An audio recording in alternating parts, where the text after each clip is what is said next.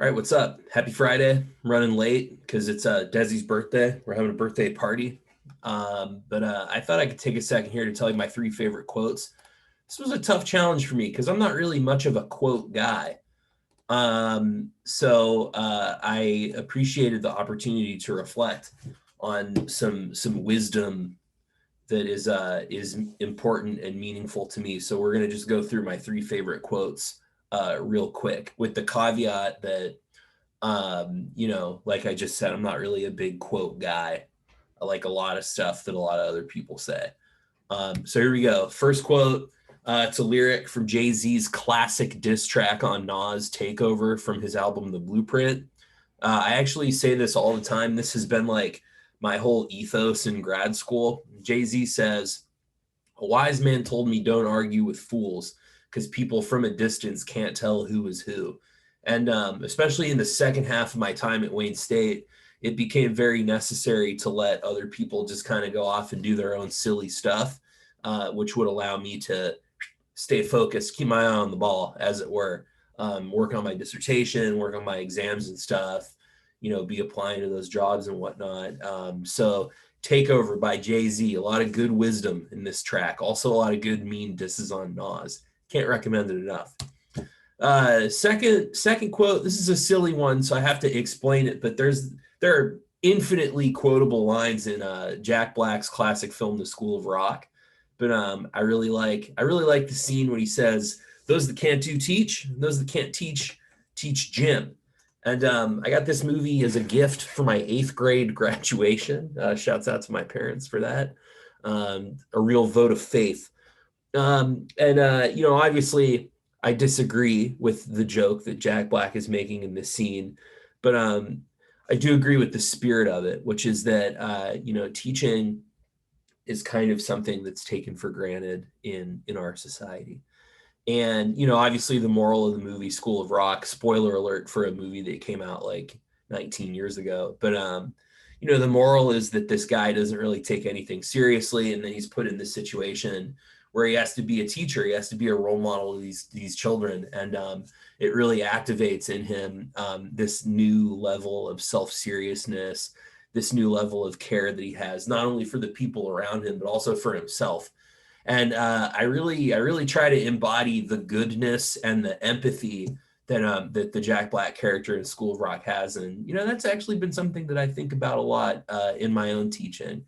So, okay, those that can't do teach. That's just a silly joke, but in thinking about that silly joke, I've actually really grown as a teacher. So, shouts out to Jack Black in the classic film School of Rock. All right, the last one is not really a quote because, again, dude, I'm not like a quote guy. But there's this poem by the phenomenal poet Billy Collins, and the poem is called "On Turning 10." And I thought I would pull up and read it. You'll note with great interest this book is right here in front of this picture of Billy Collins. His signature is in this book. This has been a beloved book of mine for really a long time. This is like the book that kind of got me into poetry, and it's why I started writing poems. So I'm going to read this poem, "On Turning 10," from my autographed copy of "Sailing Alone Around the Room" by Billy Collins. The whole idea of it makes me feel like I'm coming down with something worse than any stomach ache or the headaches I get from reading in bad light, a kind of measles of the spirit, a mumps of the psyche, a disfiguring chickenpox of the soul. You tell me it is too early to be looking back, but that is because you have forgotten the perfect simplicity of being one and the beautiful complexity introduced by two. But I can lie on my bed and remember every digit. At 4, I was an Arabian wizard. I could make myself invisible by drinking a glass of milk in a certain way. At 7, I was a soldier. At 9, a prince. But now I'm mostly at the window, watching the late afternoon light.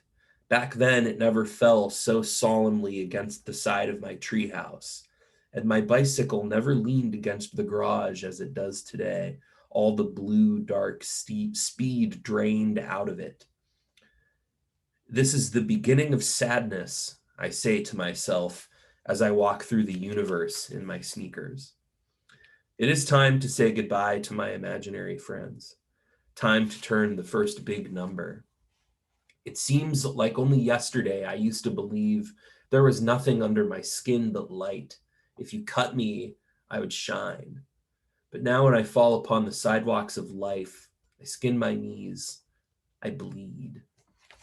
So I like that poem. At a glance, it kind of sounds like it's a bleak poem, but it's not really a poem about a 10-year-old experiencing existential dread. It's a poem about a child going through the very natural, very cyclical process of discovering themselves. So it's not that the kid's life is like terrible now. It's that, like all people who are so fortunate too, the child is growing up. So the kind of end of the poem is not, it's first of all, it's not sad. It's very funny.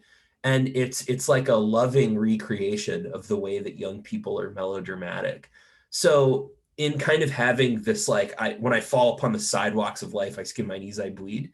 He's kind of making a little joke about being 10, but not at the expense of the 10-year-old. It's to say, like, hey, look at how good and nice life used to be, that we were afforded the luxury of this kind of melodrama. And I often think of this poem, when I'm stressed out by my real adult problems. And, not all the time, but sometimes I'm able to kind of cheer myself up by remembering that, even my quote unquote real adult problems are still just the bike leaning against the shed, all the dark blue speed drained out of it. And that makes it easier to sort of approach difficult situations, or be resilient in the face of adversity or whatnot. But it's really lovely, really, really, really lovely piece. I love On Turning 10. It's a classic. So those are my three favorite quotes. It's a miracle that I didn't talk about Twister. And for that reason, I think that you and I have to just let ourselves tap in to the lizard brain of our obsession. So my challenge to you is, I want you to talk about Shrek in your next video. And my challenge to myself is that I want to do all Twister video. I haven't talked about it at all this month. So let's just do it, dude. Let's give the people what they want. They want to hear you talking about Shrek, and they want to hear me talking about the Tornado movie. So happy Friday, have a good weekend, and we'll hear from you on Monday.